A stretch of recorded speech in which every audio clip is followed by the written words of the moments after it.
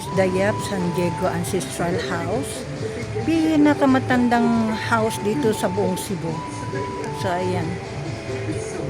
Pupunta sana ako sa loob, but the problem is, wala pa naman kasi akong sahod ngayon. So, wala akong pambayad na makakapasok ako sa loob. So, ganyan lang muna ang makikita ninyo. Okay? So, ayan. Yan lang muna ang makikita nyo sa ngayon kasi nga hindi ako pwedeng pumasok doon sa loob. Dahil nga sa sobrang tingin ko dati kasi 150 yung entrance niyan eh. Ngayon tingin ko tumaas ata. So ayan. Ito yung katabi niya dito ngayon. Diba?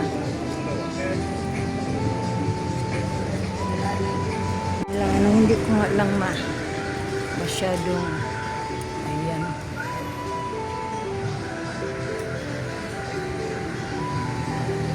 Para makita nyo rin kung ano yung mga nakalagay dyan. So it says, isa sa bahay na bato or house of wood and corals located at the corner of Mabini and Lupis Haina Street in the Parian district of Cebu City. It was built during the late 17th century by the Chinese merchants and is considered to be one of the oldest existing residential structures in the Philippines. So this was the house of Don Juan Yap and Maria Florido, the earliest known occupants, and passed on to their siblings, whom they are Maria Eleuterio and Consolacion. The eldest daughter, Maria Florido Yap, married Don Mariano Avendaño San Diego, ang tabiesa of barangay of Parian in the 80s and at present. This ancestral house was handed down to an heritage advocate and dance maestro Val Mancao San Diego and his wife Ophelia Sobrado San Diego. So, ayan, yan yung history ng bahay na to. Guys, naglalakad ako, din ito yung nakita ko Casa Gordo. Ito daw yung elite 19th century residence of Bishop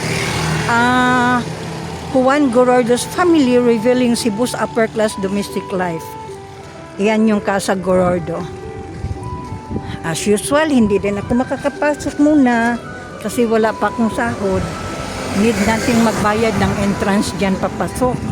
But I won't be able to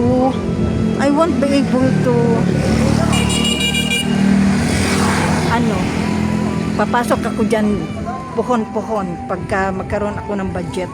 Kasi sa ngayon, hindi naman kasi pwedeng papasok tayo nang wala tayong bayad eh. Natural. Kailangan din nila yung payment para din naman kasi yan sa mga taong nag-maintain sa kalinisan at kaayusan ng nasabing kasa, di ba? Okay? Ayan. Yan yung kabuuan ng Casa Gorordo.